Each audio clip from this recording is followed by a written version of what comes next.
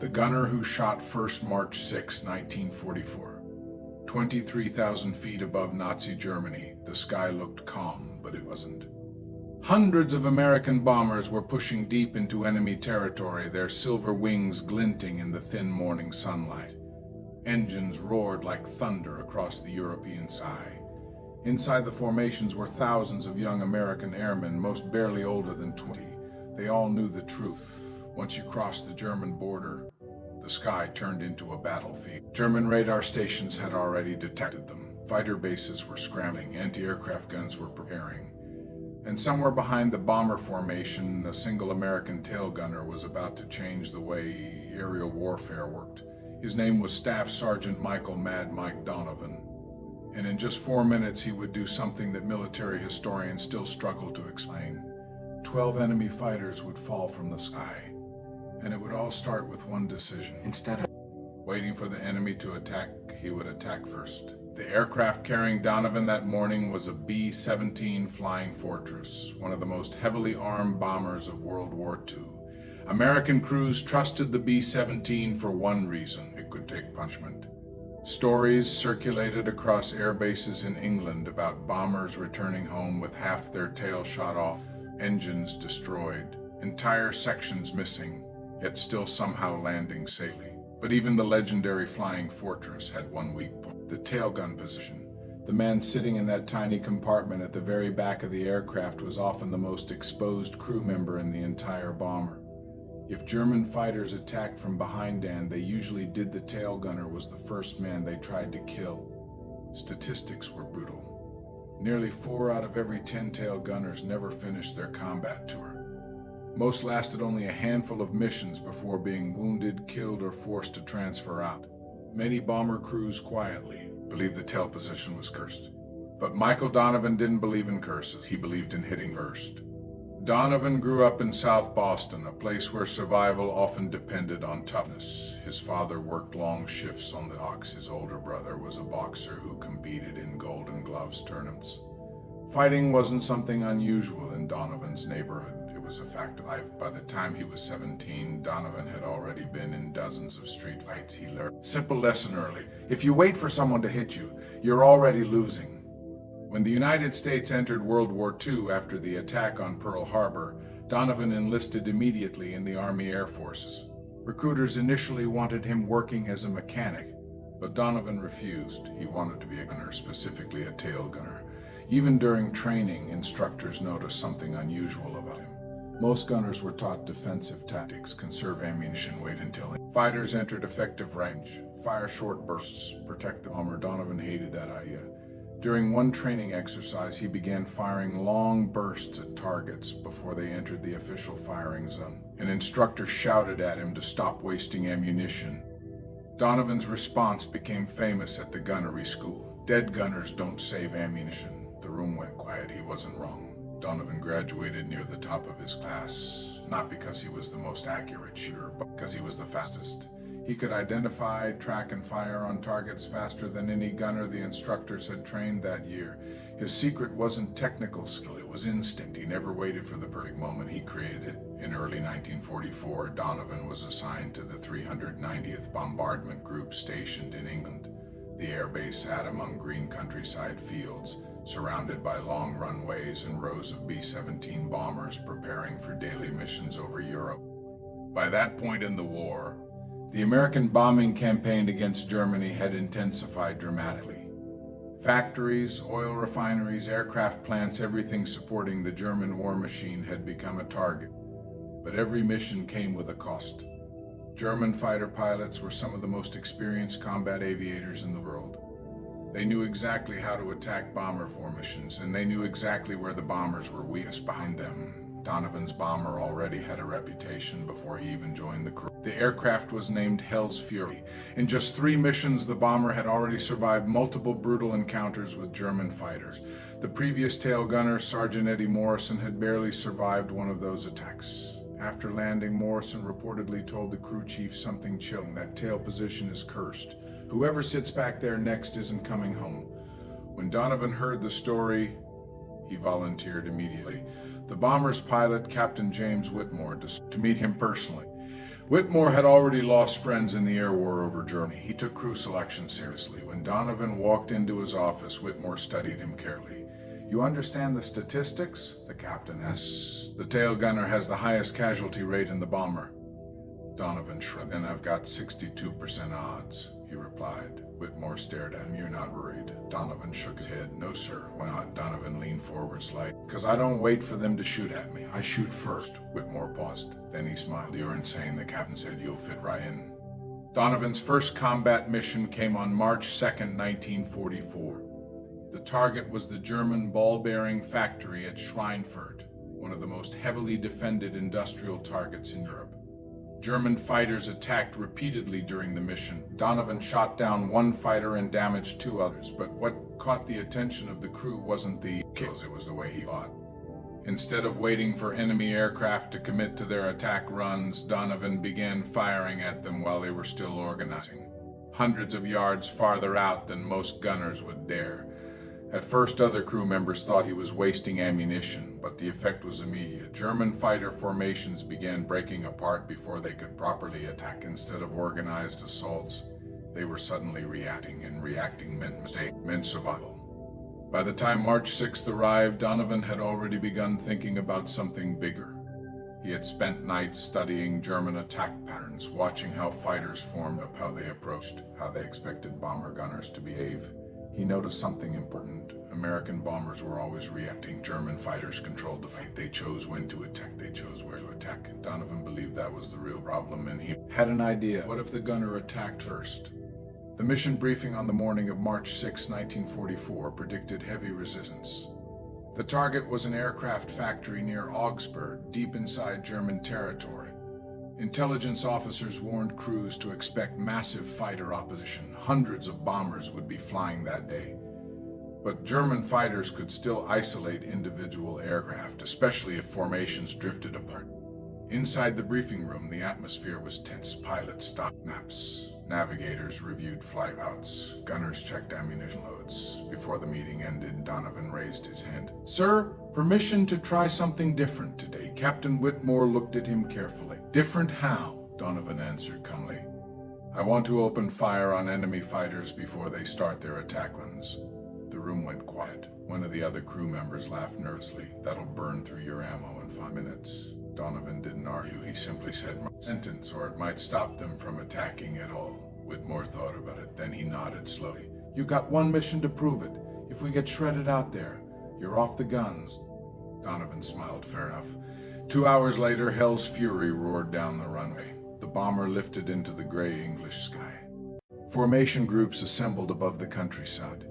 Hundreds of aircraft forming enormous combat boxes stretching across the clouds. Below them, the English Channel glittered in the morning light. Ahead of them waited Germany, and somewhere in that sky, German fighters were already climbing to meet them. At 9:19 a.m., the warning came over the intercom. "Fighters 6 o'clock high." Donovan turned in his tailgun position. Through the gun sight, he saw them. 12 Messerschmitt Bf fighters forming up for a coordinated attack. Standard procedure said wait. Standard training said conserve ammunition, but Donovan wasn't interested in standard procedures. He squeezed the trigger. 2 heavy .50 caliber machine guns roared to life. Bright tracer rounds streaked across the sky. The distance was enormous, nearly 2,000 yards.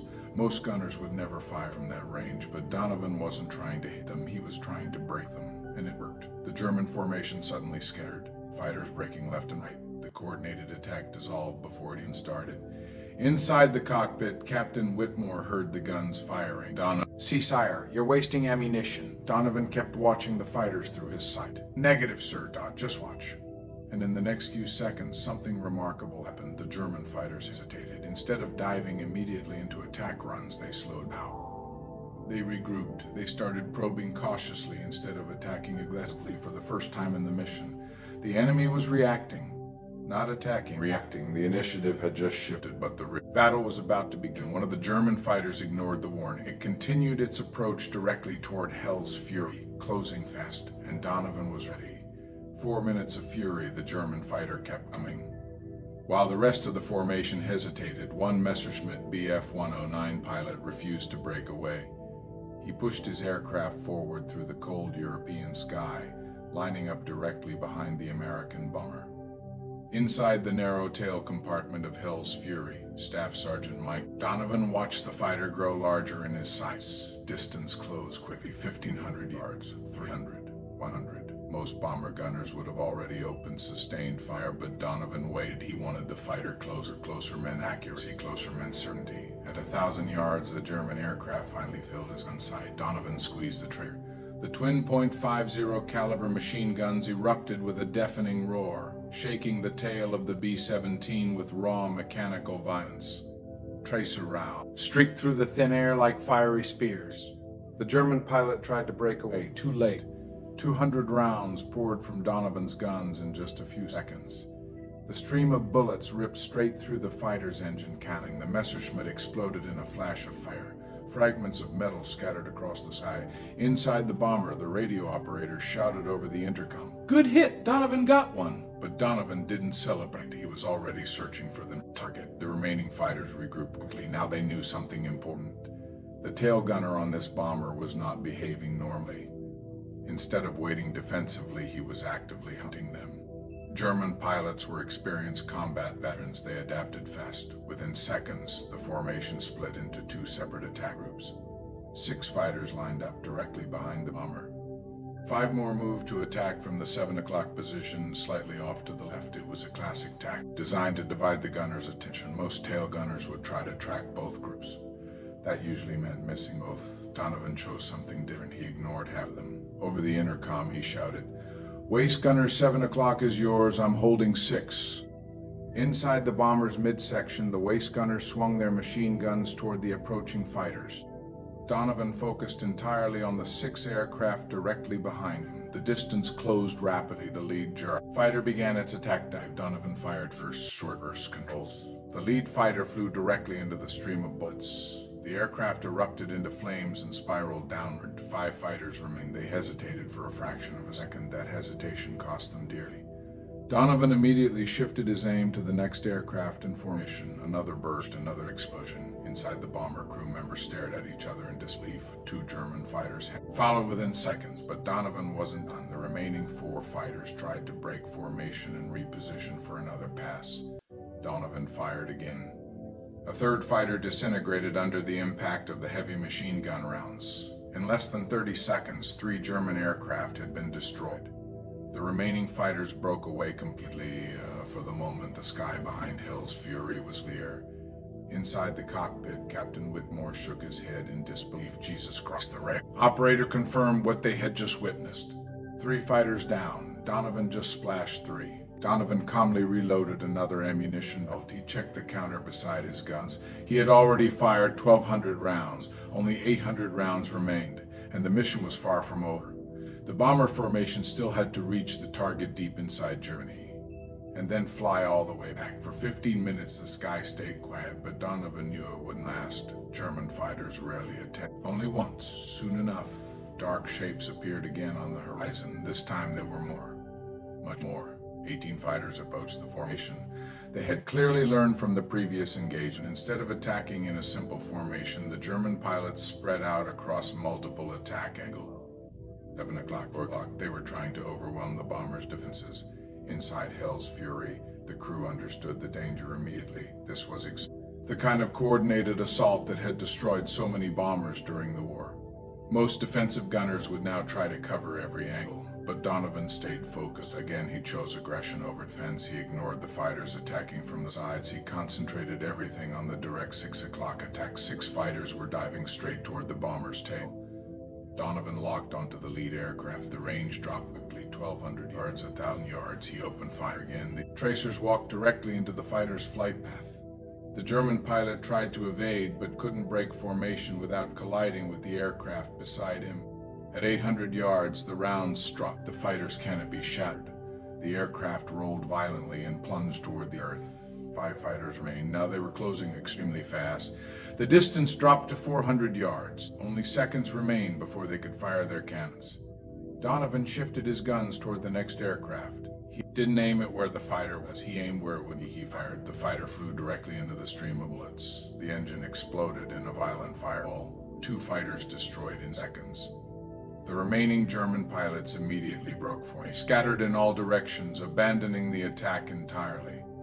Inside the bomber, stunned crew members shouted over the intercom, "2 more down!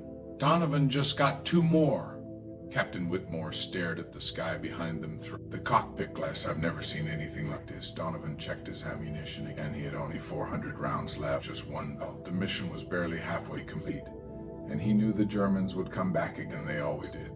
A few minutes later, new contacts appeared on the radar. This time, the situation became far more serious. A large formation of fighters approached the bomber group. Not 12, not 18, 36 enemy aircraft combined with the fighters already. Shadowing the formation, the number quickly grew to nearly 50 fighters. Hell's Fury had drifted slightly away from the main bomber formation during the previous attacks. The nearest American bomber was almost 3 miles away. No fighter escorts were visible. They were alone. Inside the tailgun compartment, Donovan stared at the approaching enemy aircraft. 50 fighters, 400 rounds. The math was simple. They were heavily outnumbered, but Donovan didn't panic. Instead, he spoke calmly over the intercom. "Captain, permission to try something." Whitmore immediately responded, "What now?" Donovan replied with one word, "Attack." For a moment, nobody spoke. Then Whitmore asked quietly, "Explain." Donovan kept watching the fighters. "They're still organizing their attack. If I hit them before they're ready, I can break their formation." Whitmore exhaled slowly. "You'll burn through the rest of your ammunition in seconds." Donovan answered calmly, "Then I'll make the seconds count." The captain paused. 3 seconds passed. Then he gave the order, "Do it." Donovan gripped the firing handles. The German formation was still nearly 2,000 yards away, organizing for a coordinated assault. Perfect timing, he squeezed the trigger. The machine guns erupted again. But this time, Donovan didn't target a specific aircraft. He fired directly into the center of the enemy formation. 200 rounds poured into the middle of the German fighters. The effect was immediate. 1 aircraft caught fire. 2 others nearly collided, trying to avoid the stream of tracers. The entire formation suddenly scattered, fighters breaking in every direction. The massive coordinated assault collapsed into chaos. Inside the cockpit, Captain Whitmore stared in disbelief. 1 bomber, 1 gunner, nearly 50 enemy fighters. And somehow they had just forced them to scatter. But Donovan knew something important. This wasn't victory, it was only a delay. The fighters would regroup, and next time, they would come even harder. The swarm, for a few seconds after the last burst of gunfire, the sky behind Hell's Fury went strangely quiet. The German fighters had scattered, but nobody aboard the bomber believed it was over, not even close. Inside the narrow-tail compartment, Staff Sergeant Michael Donovan wiped frost from the inside of his gun sight and scanned the horizon again. His breath formed small clouds in the freezing air. At 23,000 feet, the temperature hovered near 40 degrees below zero. The sky might look calm, but Donovan knew better. German pilots didn't quit that easily. They regrouped, and when they came back angry. 90 seconds later, the warning came: bandits forming up again. The radio operator's voice carried tension now. Through the glass dome of his gun position, Donovan saw them reappear. A large mass of fighters reorganizing themselves in the distance. This time they weren't forming neat attack. There was no careful coordination, no disciplined formation. What Donovan saw instead looked more like a swarm. The Germans had changed tactics. Instead of a controlled attack, they were about to overwhelm the bomber with sheer numbers. 12 fighters suddenly dove toward Hell's Fury at once, all from the same direction, 6 o'clock, directly behind the bomber. The kind of attack that destroyed countless B-17s during the war. Inside the cockpit, Captain Whitmore spoke quietly. "Here they go." Donovan checked his ammunition counter. 180 rounds remaining. That was it. Less than 1 minute of firing time against 12 fighters. The situation was almost impossible.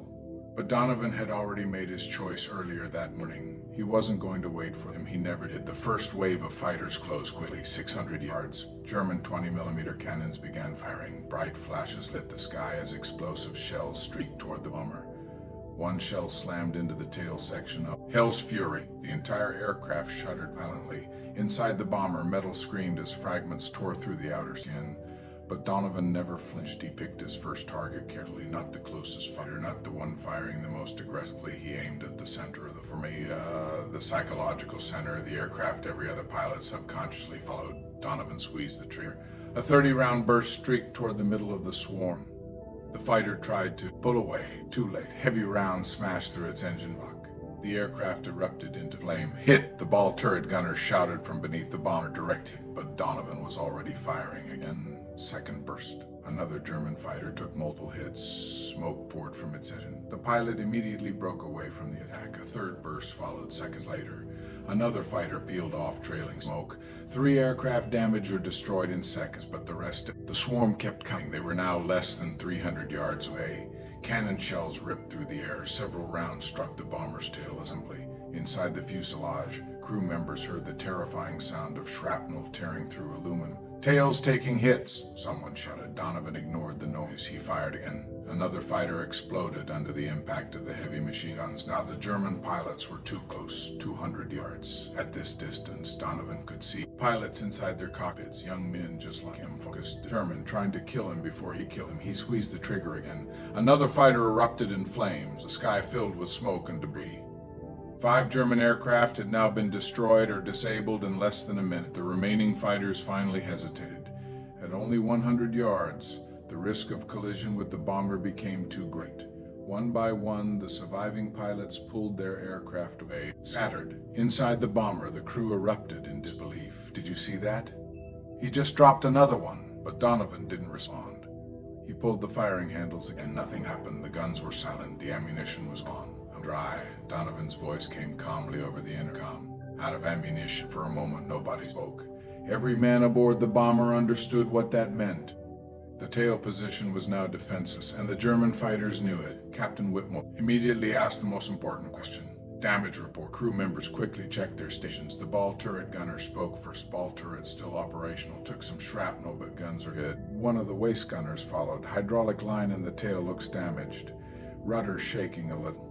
Another voice added, but we're still flying. The aircraft had taken multiple hits, yet somehow it was still in the air. Hell's Fury lived up to its name. Behind them, the German fighters regrouped again. 27 aircraft remained from the original formation. They had lost nearly half their force attacking a single bomber, but now they had an advantage. The tail guns were silent. The bomber's most dangerous weapon was on. The German pilots knew it. They lined up for one final attack, slow, careful, methodical. This time they approached from 6 o'clock low, the one direction Donovan could no longer cover. Inside the tail compartment, Donovan watched the approach. 400 yards. He had no ammunition, no weapons, no way to shoot back, but he still had something else, reputation. Donovan slowly moved the gun controls. The twin machine guns followed the lead German fighter perfectly, tracking it, centering on his cockpit. The German pilot could see it clearly, the barrels aimed directly at him. The fighter was now only 150 yards away. Even though Donovan's guns were empty, the German pilot didn't know that. An instinct took over at the last. The pilot broke formation and pulled his fighter hard to the right. He refused to fly straight into the guns. The rest of the formation reacted instantly. One by one, the remaining fighters turned away. They scattered in, not because they were being shot at, but because they believed they were. Inside the bomber, the crew watched in stunned silence. They're breaking off. The ball turret gunner could hardly believe it. They're actually breaking off, and they were 27 German fighters slowly turned away. After losing so many aircraft to a single bomber, the cost had simply become too high. They disengaged completely. For the first time in nearly an hour, the sky behind Hell's Fury was empty. No fighters, no cannon fire, just cold wind and the distant hum of bomber engines. Inside the tail compartment, Donovan finally leaned back against the metal frame of his gun mount. His hands were steady, his breathing calm. Over the intercom, Captain Whitmore spoke quietly. Well, Donovan, I think you just scared the hell out of the Luftwaffe, but the mission wasn't over yet. The bomber still had to reach Augsburg, drop its bombs, and then survive the long flight back across enemy territory. And by now, word about Hell's Fury had already begun spreading through German radio channels. There was a bomber out there with a tail gunner who didn't fight like the others, a gunner who attacked first, a gunner who destroyed fighters faster than they could organize. Gunner many pilots were already calling something else, not a target, a trap. The legend spreads Hell's Fury tore through the sky, wounded but still flying. The bomber's mission was far from complete. Michael Donovan had survived waves of enemy fighters, destroyed 12 aircraft, and emptied nearly every round of ammunition from the tail. Yet the target, the aircraft factory at Augsburg, still awaited. Captain Whitmore held the controls steady, eyes scanning the horizon for threat. Formation had regrouped, but whispers among the crews were already spreading. Donovan's on that tail. Hell's fury, stay clear. Fear had begun to precede action. Inside the tail compartment, Donovan reloaded the last few belts of machine gun ammunition. His hands were steady, his mind methodical.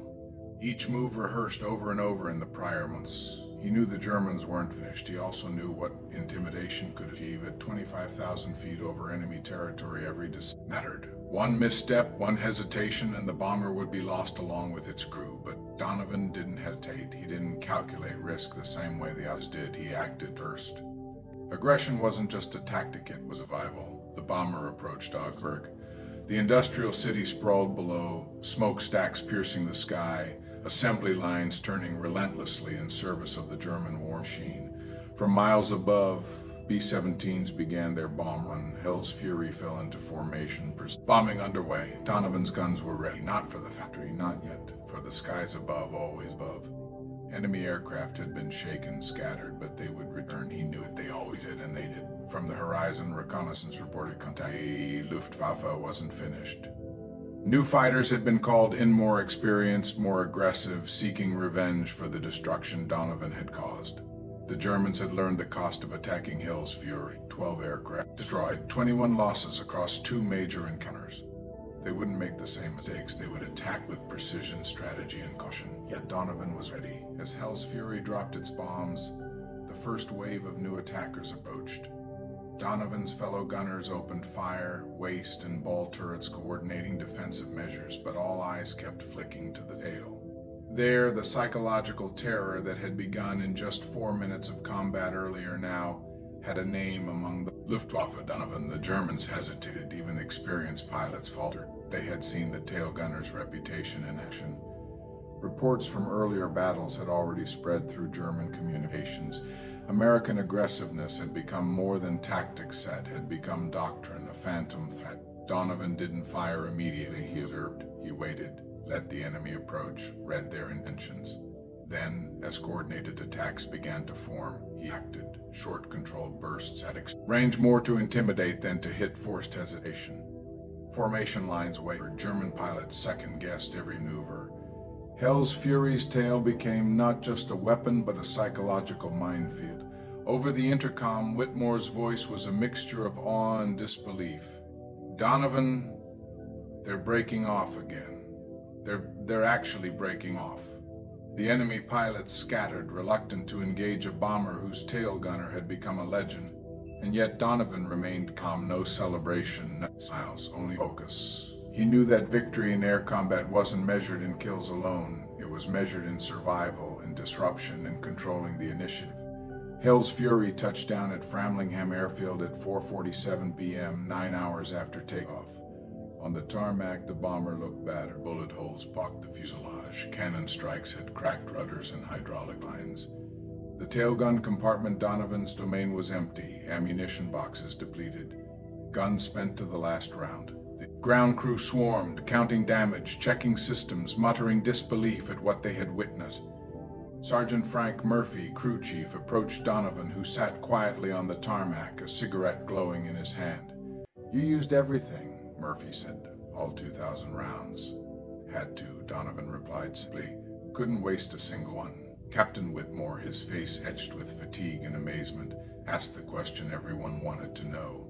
"How many did you get?" Murphy consulted law. Notes from other crew members, even radio intercepts from German communications caught by intelligence.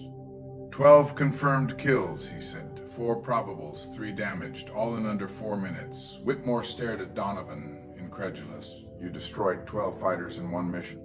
Murphy added matter-of-factly, 19 if you count probables and damage. Donovan didn't celebrate. He never did. For him, success wasn't measured in numbers. Success was survival. Success was disrupting the enemy, protecting the bomber and crew. Success was proving the doctrine, attacking first, taking the initiative, making the enemy afraid to come at you. By morning, word of Donovan's actions had spread throughout the 390th Bombardment Group. Every tail gunner wanted to know how he had done it. Every pilot wanted to know what made him so dangerous. By afternoon, crews from other bomber groups requested briefings. By evening, 8th Air Force Headquarters had sent representatives to interview him. Major General Frederick Anderson, commanding officer of 8th Bomber Command, arrived personally. He found Donovan in the enlisted men's barracks, methodically cleaning his gun. No fanfare, no medals, just maintenance. Anderson introduced himself formally. "I'm here to understand what you did yesterday." Donovan stood at attention. "At ease, Sergeant," Anderson said.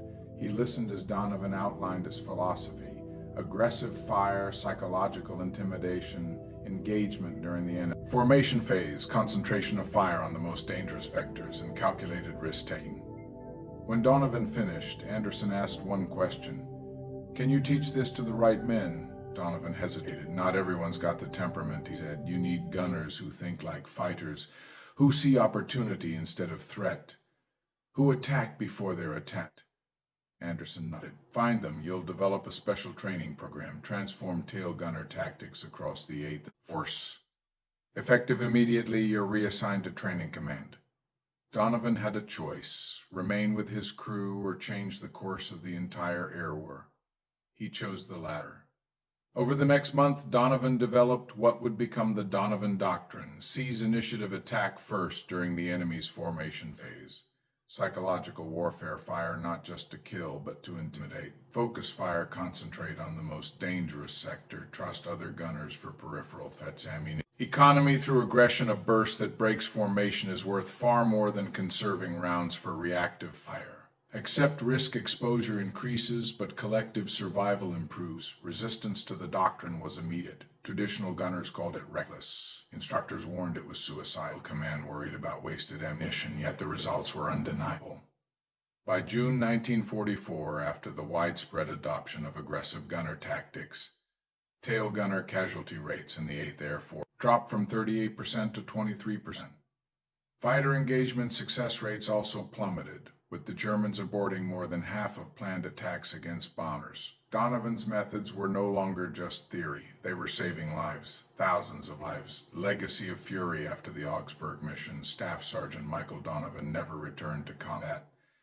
He spent the remainder of the war not in the tail of a B-17, but in classrooms, firing ranges, and simulation rooms. His mission had changed. The men who would carry forward his methods, the gunners who would adopt aggression as survival, who would learn to strike first and intimidate their enemy before the first bullet reached them. Donovan's program was rigorous, unyielding, and not everyone could survive it. It required decisiveness under pressure, the ability to maintain focus amidst chaos, and a willingness to take calculated risks. Roughly 30% of candidates washed out. They couldn't break free of defensive instincts. They couldn't fire first. But those who succeeded became legends. Among them, Sergeant Thomas Bailey, who destroyed 16 fighters in his first 4 missions. Sergeant Robert Chen, who survived 27 missions without taking serious damage to his gun position. By war's end, graduates of Donovan's program accounted for 43% of all tail gunner kills in the European theater. The aggressive doctrine didn't just increase kills, it saved lives. German pilots learned to recognize the signs of aggression: bursts at extreme range, sustained fire through formation centers, tracers walking through the sky. They began to avoid these bombers entirely. The results were staggering. By summer 1944, American bomber losses had plummeted. Missions that once seemed suicidal now had a fighting chance. Conservative post-war analysis estimated Donovan's methods saved 300 bombers and 3,000 aircrew members. His influence reached beyond the men he directly trained.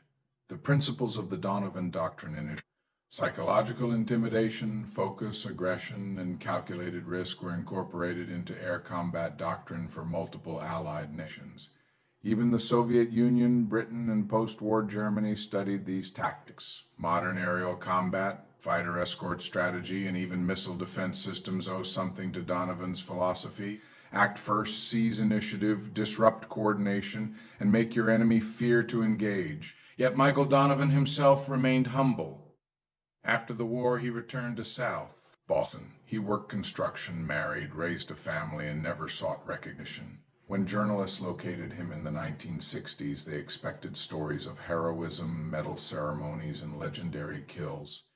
Donovan gave none. "I did what needed doing," he said simply. So did 300 other gunners. They're the real story. At his funeral in 1998, only 17 people attended, family mostly, 2 war buddies, no military honors, no 21-gun salute.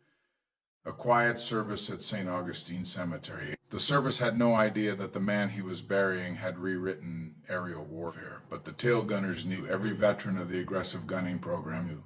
They gathered, raised glasses, told stories. They remembered the man who had taught them to shoot first, intimidate, and survive. Sergeant Bailey, who had been trained by Donovan, gave the toast.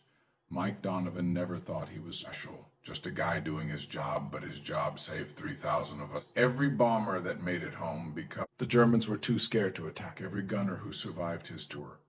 Every mission that succeeded because the enemy feared us. That's Mike's legacy. The Donovan doctrine is now standard in modern aerial combat. Fighter pilots learn aggressive engagement principles. Transport gunners are trained in psychological intimidation tactics. Even modern automated defense systems apply the concept of early engagement to disrupt enemy coordination. March 6, 1944, 4 minutes in the sky over. Germany was the moment when defense became offense, when reaction became action, when a South Boston street fighter proved that survival doesn't come from hiding. It comes from making your enemy too scared to fight. Michael Donovan fired 2,000 rounds, destroyed 12 aircraft, saved 3,000 lives, and changed warfare forever. Not because he was extraordinary, but because he refused to wait for death to find him. He went hunting